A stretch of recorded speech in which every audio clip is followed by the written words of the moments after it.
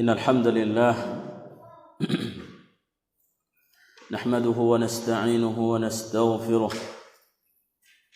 ونعوذ بالله من شرور أنفسنا وسيئات أعمالنا من يهد الله فلا مضل له ومن يضلل فلا هادي له أشهد أن لا إله إلا الله وحده لا شريك له وأشهد أن محمدا عبده ورسوله صلى الله عليه وسلم تسليما كثيرا يا أيها الذين آمنوا اتقوا الله حق تقاته ولا تموتن إلا وأنتم مسلمون يا أيها الناس اتقوا ربكم الذي خلقكم من نفس واحدة وخلق منها زوجها وبث منهما رجالا كثيرا ونساء واتقوا الله الذي تساءلون به والأرحام إن الله كان عليكم رقيبا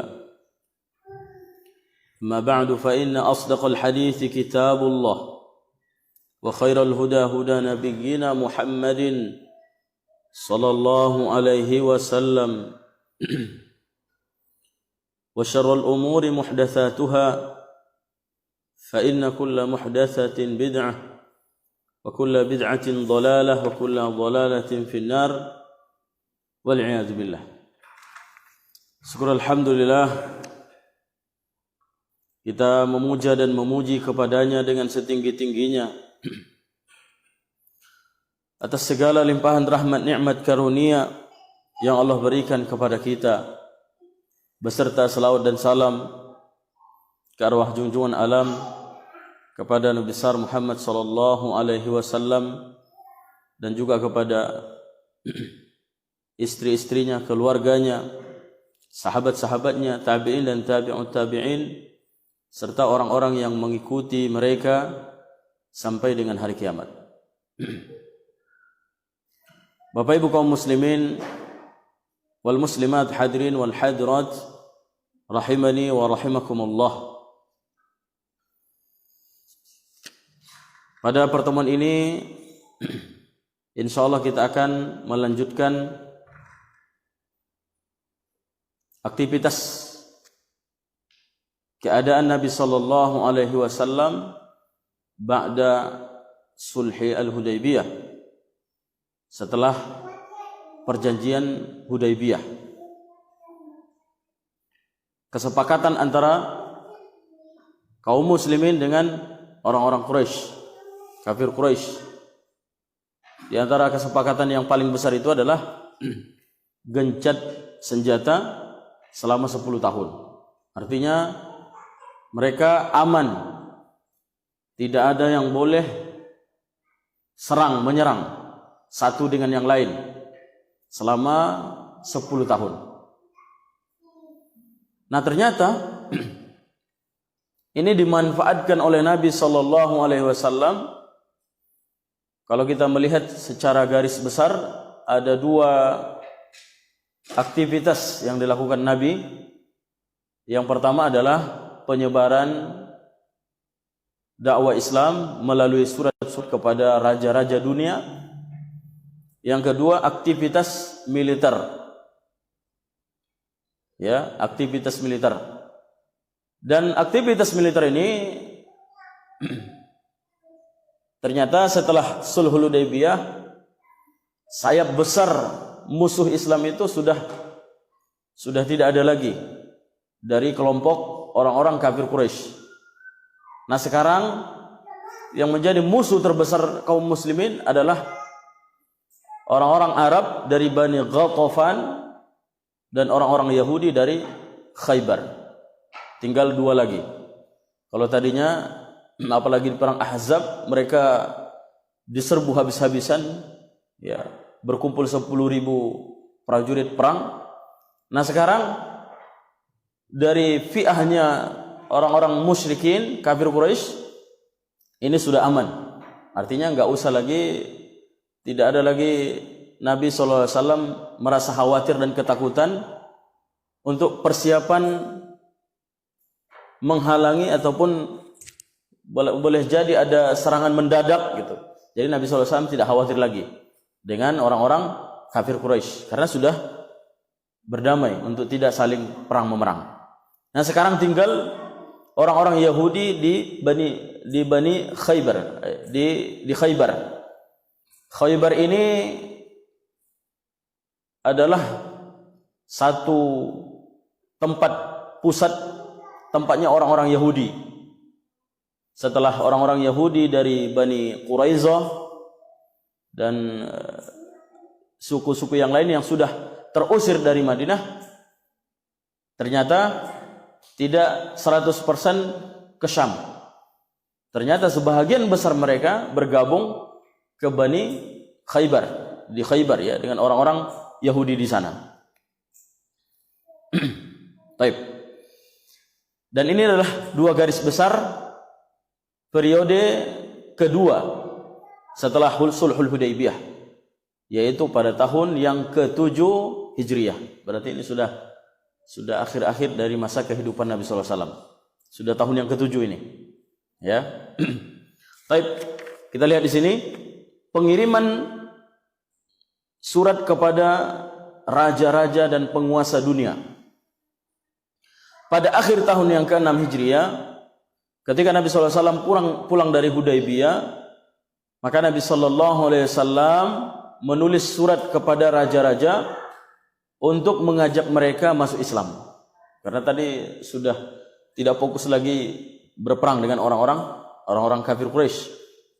Nah, ini kesempatan rupanya kepada Nabi sallallahu alaihi wasallam untuk mengirimkan surat-surat kepada raja-raja dunia menawarkan Islam.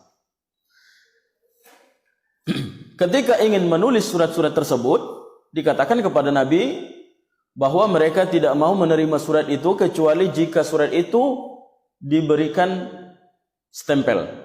Maka Nabi SAW pun membuat stempel dari perak bertuliskan Muhammad Rasulullah. Dan ini yang menjadi cincin Nabi SAW. Tulisan ini terdiri dari 3 baris, Muhammad Rasulullah, sebagaimana yang ada tulisan di sini. Jadi Allahnya itu di atas, jadi bacanya dari bawah, Muhammad Rasulullah. Kalau Allahnya di bawah nanti ini terkesan merendahkan, ya. Jadi bacaannya dari bawah ke atas, Muhammad Rasulullah. Jangan dibaca terbalik, Allah Rasul Muhammad, enggak mungkin, ya. Muhammad Rasulullah. Lalu kemudian beliau memilih sahabat-sahabat yang memiliki pengetahuan dan pengalaman untuk dijadikan utusan kepada raja-raja. Tokoh ulama besar Al-Masurfuri menegaskan bahwa Nabi SAW mengirimkan utusan ini pada awal bulan Muharram. Berarti pas di tahun yang ke-7, awal-awal tahun yang ke-7. Ya, beberapa hari sebelum berangkat menuju Khaybar, beliau Nabi SAW menulis beberapa rangkaian surat. Di antaranya, berarti perang Khaybar ini juga terjadi di tahun yang ke-7 dan tidak lama setelah Sulhul Hudaybiyah. Namun secara garis besar kita lihat dulu seperti apa surat-surat dan keadaan utusan ini ketika menghadap raja-raja dunia. Yang pertama, surat kepada Raja Najasyi, yang kita kenal sekarang ini adalah salah satu di benua Afrika, Ethiopia mulai sekarang ya, Ethiopia. Dulu Ethiopia itu luas, Afrika kan luas. Jadi Afrika itu banyak negara di situ. Ya, jadi itu semua dulu namanya Habsyah. Di Afrika itu dulu namanya Habsyah, Ethiopia. Yang menjadi raja pada waktu itu adalah yang bernama As-Samah bin Al-Abjar. Namanya As-Samah bin Al-Abjar. Maka Nabi SAW mengirimkan surat kepadanya melalui Amr ibn Umayyah Ad-Damri. Amr ibn Umayyah Ad-Damri pada akhir tahun ke-6 atau pada bulan Muharram. Ini syakkur rawi di sini. Rawinya agak ragu terhadap apakah ini akhir ke-6 atau memang pada awal tahun yang ke-7 ya. Tapi yang paling kuat adalah tahun yang ke-7. Karena Nabi SAW setelah pulang dari Sulhul Hudaybiyah itu tidak beberapa lama masuk tahun baru ya, tahun yang ke-7. Kemudian At-Tabari menyebutkan teks surat itu, tapi penelitian yang seksama menyimpulkan bahwa itu bukanlah teks surat yang beliau tulis setelah perjanjian Hudaybiyah. Barangkali itu adalah surat yang beliau kirimkan melalui Ja'far bersama sahabat-sahabatnya pergi hijrah ke Habasyah. Masih ingat dengan sahabat-sahabat Nabi yang berhijrah ke Habasyah 2 kali? Ada dua periode ya. Ya. Hijrah yang pertama itu masih di Makkah ya, ketika serangan kepada kaum muslim itu semakin sempit, semakin kuat, akhirnya Nabi SAW mengisyaratkan untuk berhijrah ke Habasyah. Kemudian terdengar isu kaum musyrikin sudah masuk Islam. Ya, kaum musyrikin sudah masuk Islam, akhirnya sebagian besar sahabat yang hijrah ke Habasyah kembali ke Madinah. Ternyata di tengah jalan, ini masih di perjalanan, kabar itu ternyata hoax. Akhirnya sebahagian sahabat kembali ke Habasyah, sebahagiannya lagi kembali ke Madinah. Kemudian karena kondisi semakin parah di Makkah, akhirnya hijrahlah fi'ah yang sangat besar, yaitu 85 orang dari sahabat Nabi SAW. Di antaranya yang menjadi ketua pada waktu itu adalah Ja'far, pamannya Nabi SAW. Ya. Di antaranya adalah Ja'far. Nah, ketika Ja'far ini berhijrah ke Habasyah, Nabi SAW juga sempat bukan hanya menitipkan untuk berhijrah ke sana, tetapi menitipkan untuk menyebarkan Islam. Ya, menyebarkan Islam. Dan itu sudah kita jelaskan bahwasanya nanti ada juga dari rombongan orang-orang Quraisy yang ke Habasyah. Ya, mereka lari ke Habasyah lagi untuk menarik rombongan Ja'far. Ternyata tidak diizinkan oleh Raja Najasyi. Baik, kita lanjutkan. Jadi riwayat yang disebutkan oleh Imam At-Tabari itu riwayat teksnya itu adalah surat yang pertama kali yang dikirimkan Nabi SAW melalui Ja'far, bukan setelah Sulhul Hudaybiyah. Kemudian Al-Baihaqi meriwayatkan dari Ibnu Ishaq, teks surat yang ditulis Nabi SAW kepada An-Najasyi bunyinya seperti ini. Ini adalah surat dari Nabi Muhammad kepada An-Najasyi As-Somah, penguasa Habsyah. Ya, semoga kesejahteraan bagi orang-orang yang mau mengikuti petunjuk, beriman kepada Allah dan utusannya. Aku bersaksi bahwa tiada Tuhan sembahan yang hak selain Allah yang Maha Esa. Tiada sekutu baginya, ia tidak mempunyai istri maupun anak.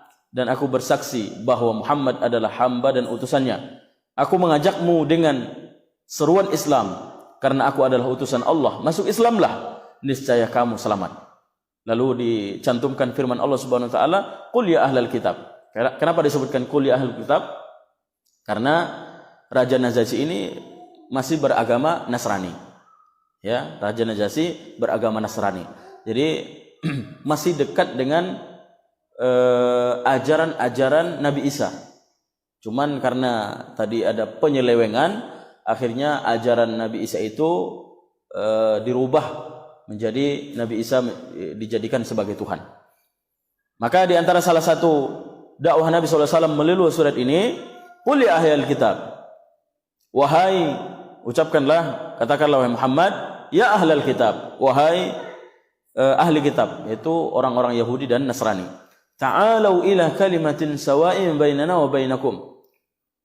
Kemarilah, ayolah, marilah berpegang kepada satu kalimat yang sama. Bainana wa bainakum, antara kami dan kamu. Yaitu alla na'budu illallah wa la nusyrika bihi syai'a. Kita tidak menyembah kepada sesuatu apapun kecuali hanya kepada Allah, dan tidak melakukan kesyirikan kepadanya dengan sesuatu apapun. Wa la yattakhidhu ba'duna ba'dan arbaban min dunillah, dan tidak menjadikan antara sebahagian kita dengan yang lain, mengangkat menjadi arbaban, lawan ataupun Tuhan selain daripada Allah. Fa in tawallaw faqulu syahadu bi anna muslimun. Kalau kalian berpaling dan tidak menerima ajakan Islam ini, maka katakanlah sesungguhnya kami adalah orang-orang yang beriman. Surat Ali Imran. Baik. Namun memang dalam isi surat ini ada beberapa perbedaan pendapat di antara para ulama. Di antaranya juga di sini beliau sebutkan Dr. Hamidullah dari Paris. Dia meneliti tentang teks yang diutus, yang dikirimkan kepada As-Somah itu, terjadi ada beberapa kerancuan di sini. Namun Syekh Al-Mubarakpuri menyebutkan konteks surat itu adalah yang ini katanya. Itu Bismillahirrahmanirrahim, diawali dengan Bismillah. Lalu kemudian min Muhammad Rasulillah ila Najasi ya Malik Habsyah ya. Kepada Najasi penguasa Raja Ethiopia. Semoga kesejahteraan bagi orang yang mau mengikutinya sampai dengan akhir nanti. Intinya bahwasanya surat ini sampailah kepada As-Somah An-Najasi, Raja Najasi ya. Dan ketika Amr bin Umayyah Ad-Damri menyampaikan surat kepada Nabi SAW ya, ia pun mengambil dan meletakkannya di mukanya. Jadi surat itu diambil dan diletakkan ke mukanya, dan dia turun dari singgasananya dan menyatakan masuk Islam. Jadi Raja Najasi itu masuk Islam. Ya, dan ada menyebutkan dia masuk Islam ketika utusan yang pertama ketika hijrah ke Habasyah, yaitu Ja'far. Jadi ketika Ja'far diutus ke sana, bukan diutus ya, berhijrah ke sana, ternyata Najasi ini, As-Somah ini sudah tertarik dengan Islam. Ya, sudah tertarik dengan Islam dan berpihak kepada kaum muslimin. Ketika datang utusan dari orang-orang kafir Quraisy untuk menarik lagi orang-orang Mekah yang berhijrah dari Mekah ke Habasyah, ternyata tidak diberi izin oleh Raja Habasyah. Dan dia di sini ternyata sudah mulai berpihak kepada Islam. Dan ketika itu kaum muslimin Ja'far, melalui Ja'far dan orang-orang kafir Quraisy, mereka itu diinterogasi di waktu itu. Diinterogasi, apa sebenarnya agama kalian ini? Maka Ja'far pun sebagai juru bicara pada waktu itu ya menyebutkan dengan segala keadaannya. Bahwasanya kan kalau orang-orang Nasrani, mereka kan menuhankan Nabi Isa. Sementara dalam ajaran Islam, Nabi Isa diposisikan sebagai nabi saja, enggak dianggap sebagai Tuhan. Dan itu yang disampaikan oleh Ja'far. Ternyata An-Najasi menerima dan menerima gambaran yang diberikan oleh Ja'far ini. Dan ternyata setelah datang surat Nabi SAW untuk kedua kalinya, maka dia pun menerima Islam dan menyatakan masuk Islam. Dan dia menyembunyikan Islamnya kepada kaumnya. Makanya ketika Najasi meninggal dunia, itu tidak ada yang memakamkannya, mengurus jenazahnya secara Islam. Ya, mengurus jenazahnya itu secara Islami enggak ada. Oleh karenanya ketika berita kematian Najasi datang kepada Nabi SAW, maka Nabi SAW mengajak sahabat-sahabatnya untuk berdiri sholat, melaksanakan sholat gaib. Dan ini dari sinilah para ulama berbeda pendapat. Ada yang mengatakan disyariatkan sholat gaib dalam setiap keadaan. Saya kalau ada kaum muslimin yang meninggal dunia, maka disunahkan untuk mensolat gaibkan, ya, salat jenazah gaib. Dan ada sebagian ulama, dan ini pendapat yang paling kuat, bahwasanya salat gaib ini sudah tidak disyariatkan lagi. Kenapa? Karena Nabi SAW setelah kematian Najasi tidak terdengar lagi Nabi mensolat gaibkan sahabat-sahabat yang mati di medan perang, ya, di tempat yang lain, di tempat yang jauh, gitu. Maka para ulama menyimpulkan seperti pendapat Ibnu Taimiyah, kalau ada kaum muslimin yang meninggal dunia dan kita ketahui kemungkinan besar enggak ada yang mengurusi jenazahnya secara Islam, ya, atau belum ada yang menyolatkannya, maka kita disunahkan untuk disunahkan, wajib bagi kita untuk mensolatkannya secara gaib. Karena kewajiban kaum muslimin mengurusi empat hal kepada muslim yang lain. Apa tuh? Yang pertama, memandikan, mengkafani, menyolatkan dan menguburkan. Kalau ini tidak dilakukan, maka kaum muslim akan berdosa. Maka Nabi SAW berdiri dan mensolat gaibkan Raja Najasyi. Ya. Jadi dan ini pendapat yang paling kuat, ya. Karena Nabi SAW tidak lagi mensolat gaibkan sahabat-sahabat yang mati di medan perang. Ya. Kenapa? Karena itu sudah diurusi oleh sahabat-sahabat yang lain. Ya, berbeda dengan Najasyi tadi. Najasyi dia masuk Islam dan dia menyembunyikan Islamnya dari masyarakatnya. Ya, dari masyarakatnya. Kenapa? Karena mungkin akan berbahaya kepada dirinya atau memberikan mudarat karena rakyatnya mungkin belum siap menerima pemahaman yang diberikan kaum muslimin ini tentang Nabi Isa. Maka Najasyi pun menyembunyikan Islamnya dan dia masuk Islam. Ya, dia masuk Islam. Baik, lanjut. Kemudian Nabi SAW juga mengirimkan surat kepada Raja Mesir. Namanya adalah Al-Muqawqis. Ya. Nabi SAW menulis kepada kepada Juraij bin Matta' yang bergelar Al-Muqawqis, Raja Mesir, dan Iskandaria. Iskandaria salah satu ibu kota, ya, salah satu ibu kota di Mesir juga.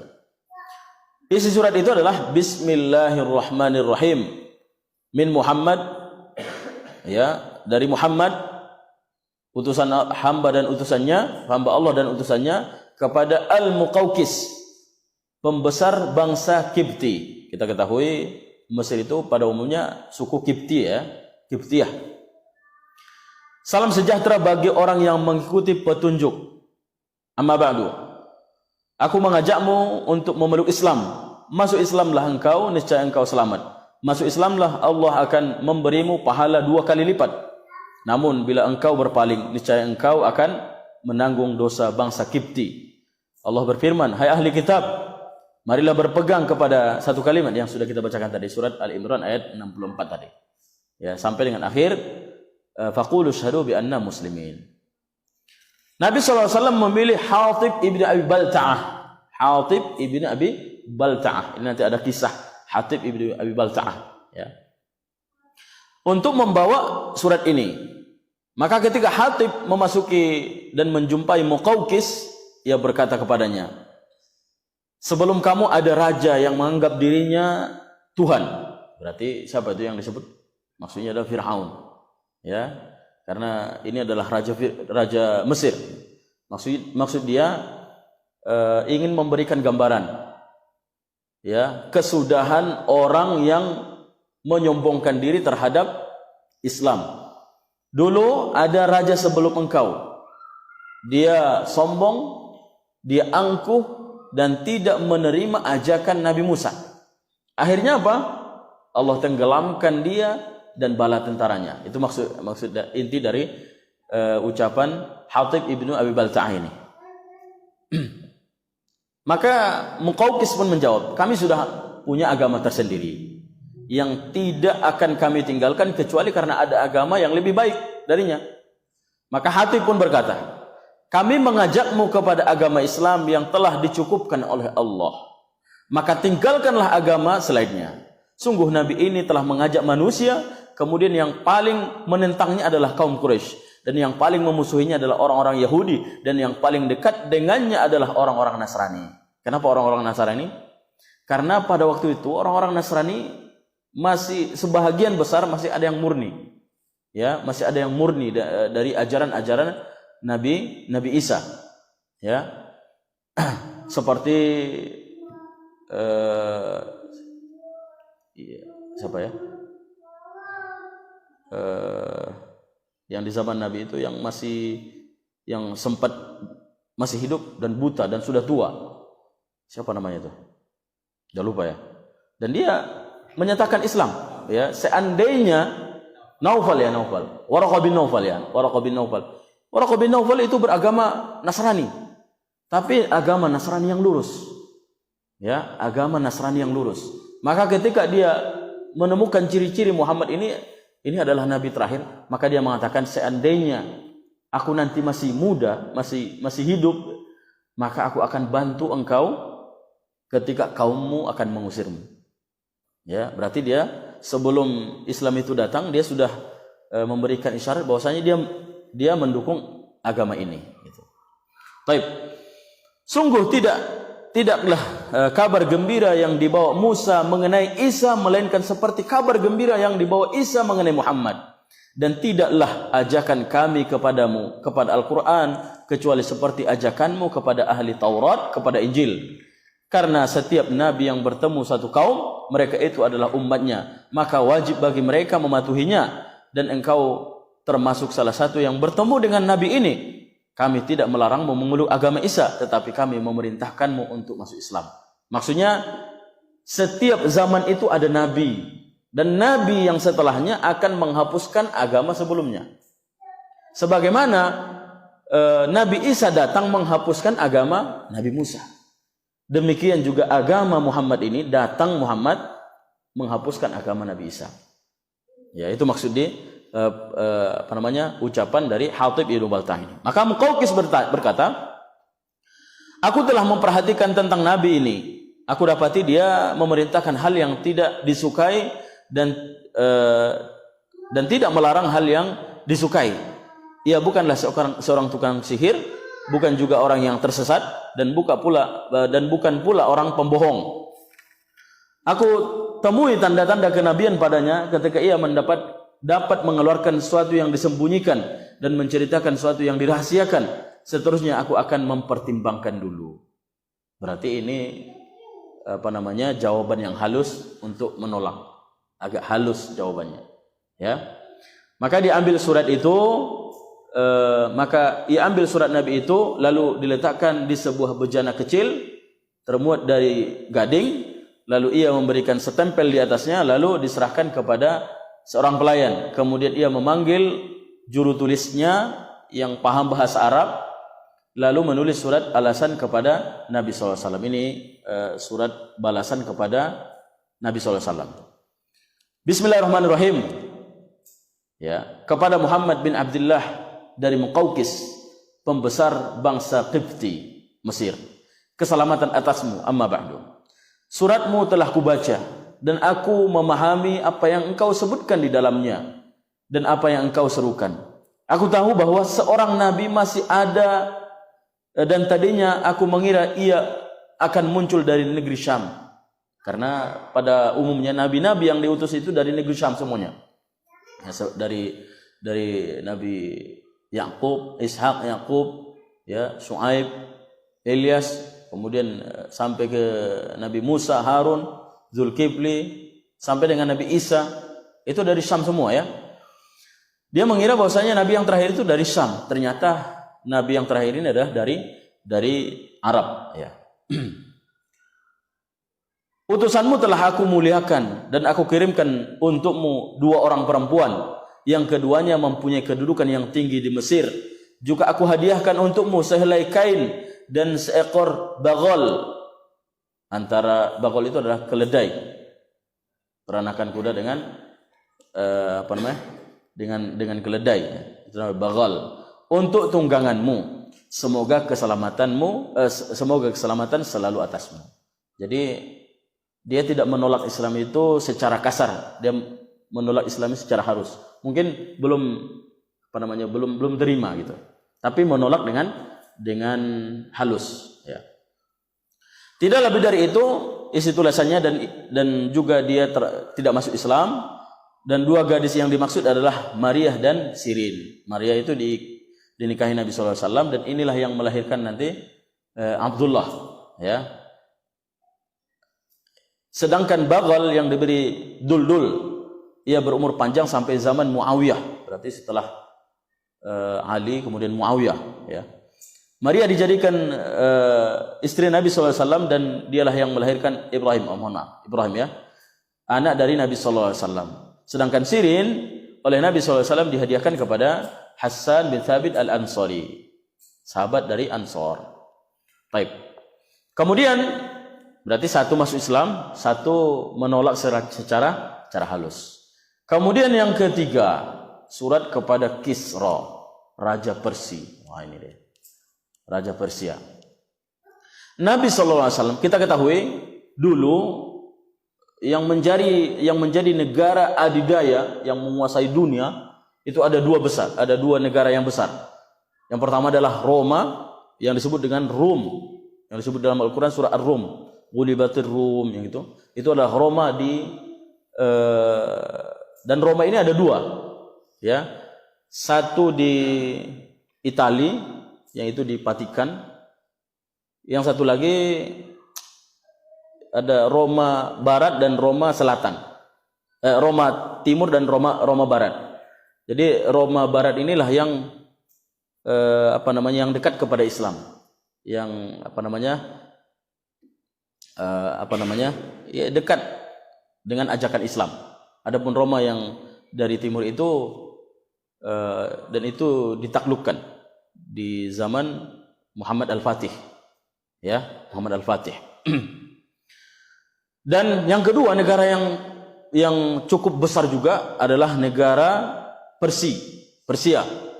Dan dia menguasai setengah daripada dunia, termasuk kekuasaannya itu sampai ke Yaman, Oman, termasuk Jazirah Arab yang sedang diduduki oleh Nabi SAW ini. Itu termasuk bawahannya, negara negara bawahannya, ya. Dan dia setiap negara itu dia punya gubernur. Di antara gubernur yang paling besar itu di Yaman, namanya adalah Badan, dan akan disebutkan di sini. Kita lihat isi surat Nabi SAW itu adalah Bismillahirrahmanirrahim. Dari Muhammad, utusan Allah kepada Kisra, penguasa Persia.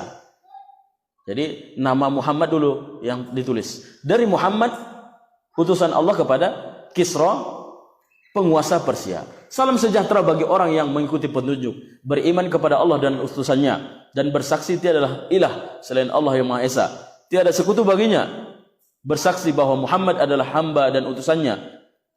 Aku ajak kamu dengan seruan Allah, karena sungguhnya aku adalah utusan Allah kepada seluruh manusia, untuk memberikan peringatan kepada orang-orang yang hidup, dan supaya pastilah ketetapan azab, maksudnya terhadap orang-orang kafir. Masuk Islamlah, niscaya kamu selamat. Jika kamu enggan, kamu akan memikul dosa orang-orang Majusi. Ya, jadi Persia ini adalah yang beraliran agama yang menyembah api. Ya, Persia itu pusatnya dulu di Iran, ya. Dan sekarang pun Persia Iran, ya. Itu termasuk Iran, ya. Ya. Dan agama mereka itu adalah agama Majusi yang menyembah api. Jadi imperium kekuasaan mereka itu sudah menyala puluhan abad, bahkan ratusan, menyala, ya. Kekuasaan mereka itu menguasai dunia, ya. Namun setelah kelahiran Nabi SAW, ternyata kerajaan ini sudah mulai rapuh, mulai perpecahan di antara barisan-barisannya. Lalu kemudian di zaman Nabi SAW ini sudah mulai rusak, ya, mulai goyang kepemimpinan di zaman Nabi SAW. Kenapa? Karena mereka kalah berduel dengan Roma yang pada waktu itu, yang disebutkan dalam Al-Quran, Ghulibatir Rum, telah dikalahkan Roma telah dikalahkan, dan mereka akan mengalahkan setelah itu lagi. Tidak beberapa lama, memang betul 7 tahun atau kurang lebih dari 7 tahun, kemudian Roma mengalahkan Persia. Dan itu Persia sekarang lagi tidak kuat, itulah istilahnya. Untuk mengantarkan surat ini, beliau memilih Abdullah bin Al-Hudzafa As-Sahmi. Inilah sebagai utusan kepada Roma. Lalu diserahkanlah surat itu kepada penguasa Bahrain. Bahrain ini termasuk kekuasaan Persia dulu.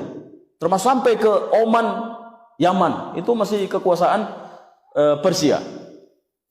Kami tidak tahu apakah surat ini disampaikan oleh gubernur Bahrain kepada Raja Persia atau gimana. Yang penting surat itu sampai kepada kepada Raja Persia, Kisra, ya.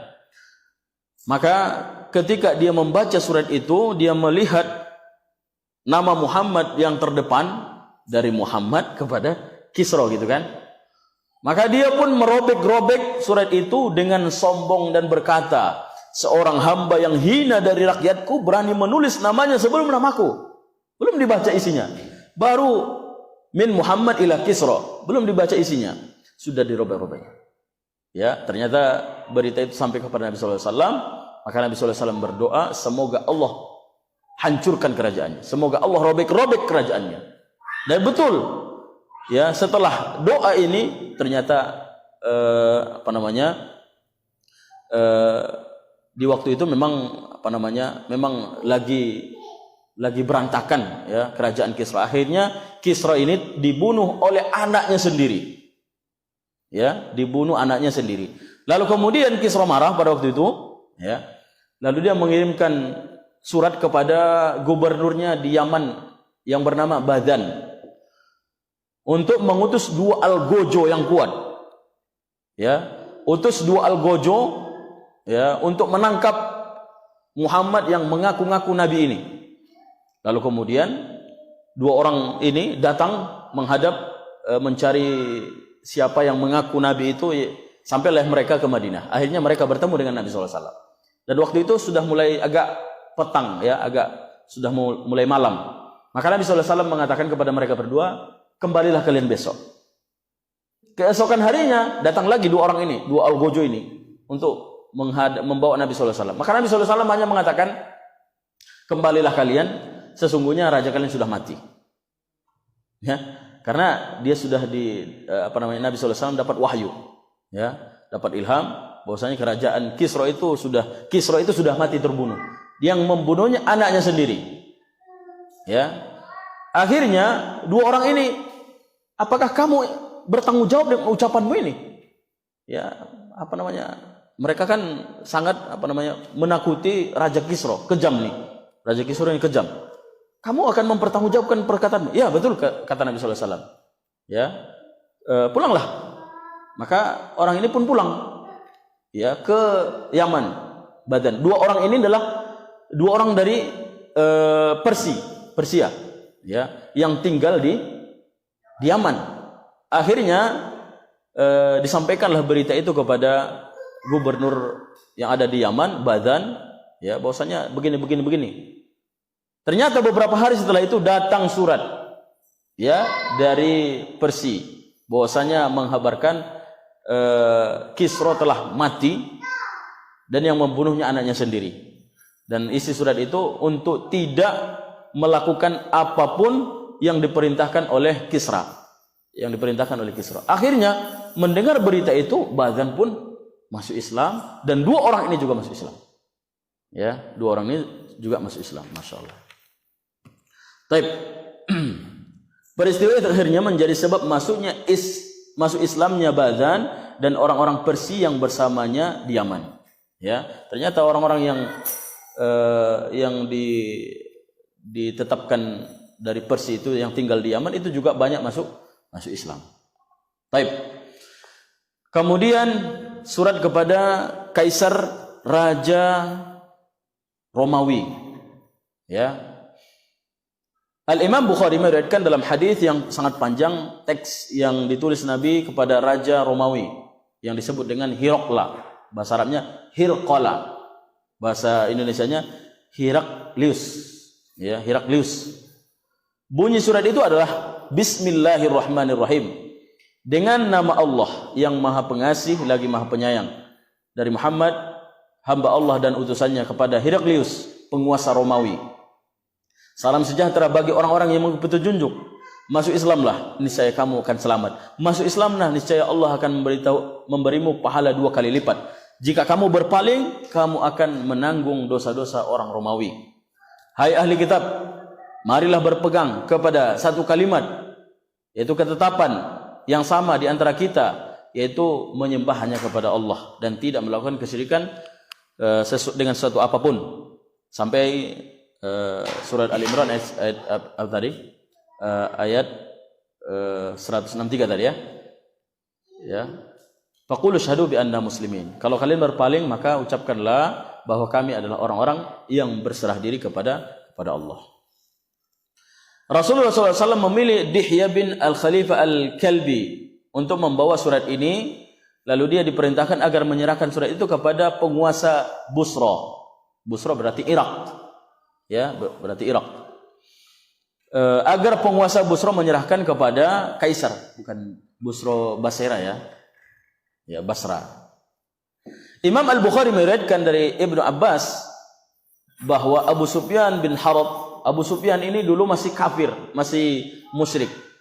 Ya, pada suatu saat waktu itu Islam dengan orang-orang Quraisy masih agak renggang gitu kan. Mereka pernah ikut berdagang ke Syam. Pada waktu itu Raja Romawi ini sedang menikmati kemenangan mereka atas Persia. Lalu kemudian mereka berkunjung ke Ilia yang disebut dengan Baitul Maqdis sekarang. Ilia ya. Dan di Ilia, di Baitul Maqdis ya, mereka bertemu dengan orang-orang Arab yang datang dari Mekkah. Ternyata waktu itu Sufyan bin Harb yang menjadi salah satu pemuka rombongan kafilah yang datang ke Baitul Maqdis. Kemudian mereka diinterogasi oleh Raja Roma ini, ya. Lalu kemudian mereka dipanggil dan diinterogasi. Aku akan menanyakan kepada orang ini tentang orang yang mengaku nabi itu. Jika ia membohongiku, maksudnya Sufyan bin Harb, maka dustakanlah orang-orang Arab. Kalau dia berbohong, maka dustakan orang Arab. Ini Sufyan bin Harb ini masih kafir, belum masuk Islam. Maka demi Allah kata Abu Sufyan, ya, kalaulah tidak karena takut menanggung malu jika ketahuan bohong, pasti aku sudah berdusta tentang Nabi. Tapi dia jawab secara jujur. Ini pertanyaannya. Bagaimanakah nasab keturunan Nabi ini menurut kalian? Maka dijawab. Habis waktu ya? Masya Allah. Kita lanjutkan atau gimana? Azan dulu, kita habiskan ini ya. Silakan azan dulu. Lalu ini Abu Sufyan bin Harb ditanya. Ini belum masuk Islam dia. Ditanya oleh Raja Romawi. Bagaimana menurut kalian keturunan nasab ini? Nasab Nabi ini, yang mengaku Nabi ini. Maka saya pun menjawab, kata Abu Sufyan, dalam masyarakat kami dia memiliki nasab yang baik. Dia punya nasab, garis keturunan yang jelas. Pertanyaan pertama, apakah ada salah seorang di antara kalian yang pernah mengaku sebagai nabi sebelumnya? Dia menjawab, enggak ada. Sebelumnya memang enggak ada. Kemudian yang ketiga, apakah di antara kakek-kakeknya yang pernah menjadi raja? Dia menjawab, enggak ada. Enggak pernah. Kemudian yang keempat, dia diikuti pemuka-pemuka masyarakat atau orang-orang lemah? Maka dia menjawab orang-orang lemah. Kemudian bertanya lagi, mereka semakin bertambah atau semakin berkurang? Semakin bertambah. Lalu ditanya lagi, apakah salah seorang di antara mereka ada yang murtad karena benci kepada agama itu? Dia menjawab, enggak ada yang murtad, enggak ada. Kemudian, pernahkah kalian menyangkanya berbohong sebelum ia mengaku nabi? Pernah enggak dia berbohong? Dia menjawab, enggak pernah. Lalu dia bertanya lagi, pernahkah ia berkhianat? Belum pernah. Dijawab oleh Abu Sufyan. Kemudian mana tadi? Oke. Lalu dia bertanya lagi, apakah kalian memeranginya? Aku menjawab, iya, kami perangi. Dia berkata lagi, bagaimana peperangan antara kalian? Maka Abu Sufyan menjawab, kadang dia menang, kadang kalah. Kadang kami yang menang, kadang dia pula yang menang. Gitu. Kemudian apa isi ajarannya gitu kira-kira?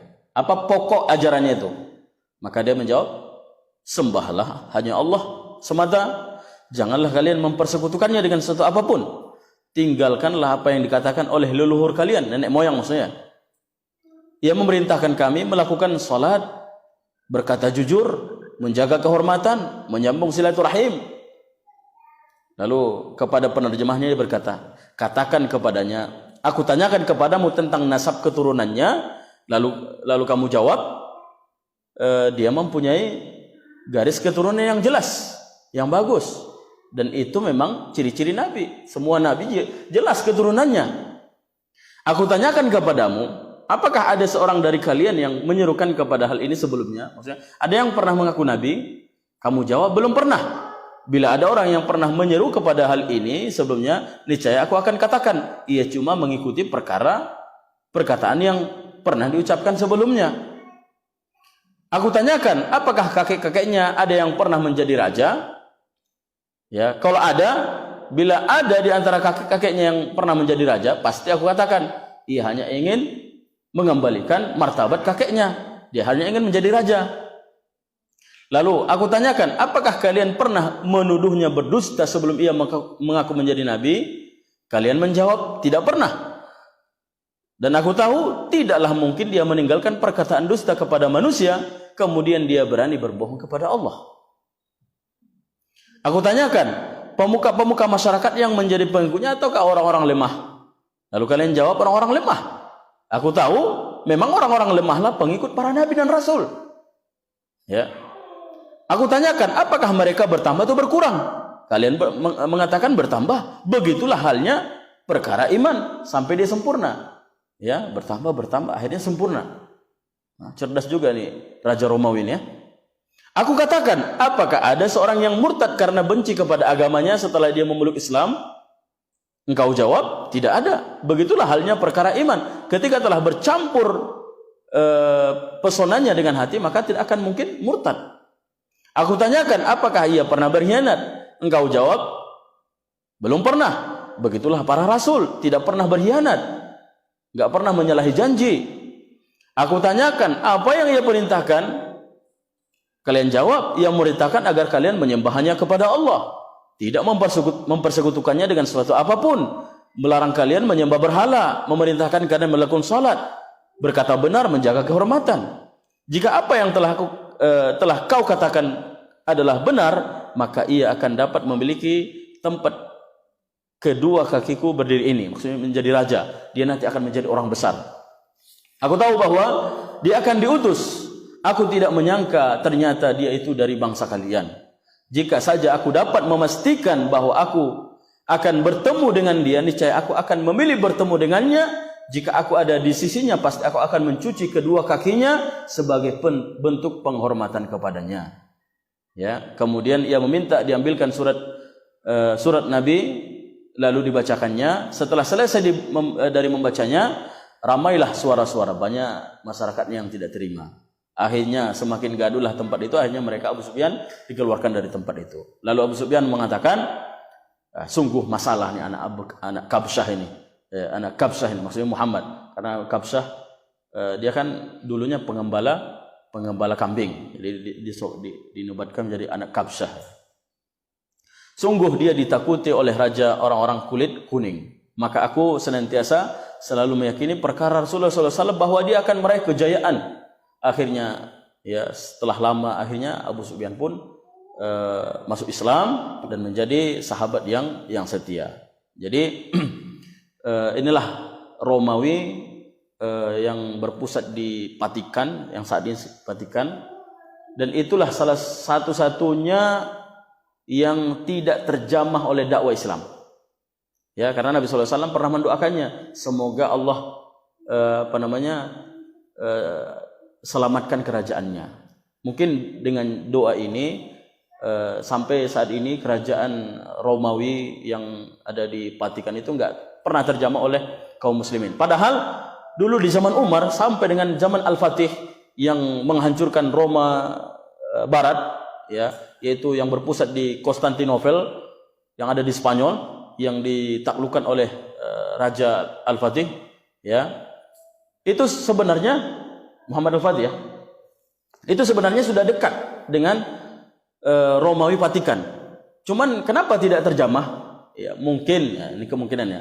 Mungkin suatu saat nanti akan ada orang-orang yang lebih baik dan lebih kuat untuk menghancurkan Romawi yang saat ini masih belum terjamah oleh Islam. Ya, jadi seluruh negara-negara itu sudah dijelajahi oleh kaum muslimin, seluruh bangsa dunia, sampai ke Cina dulu. Itu di zaman Cina itu di zamannya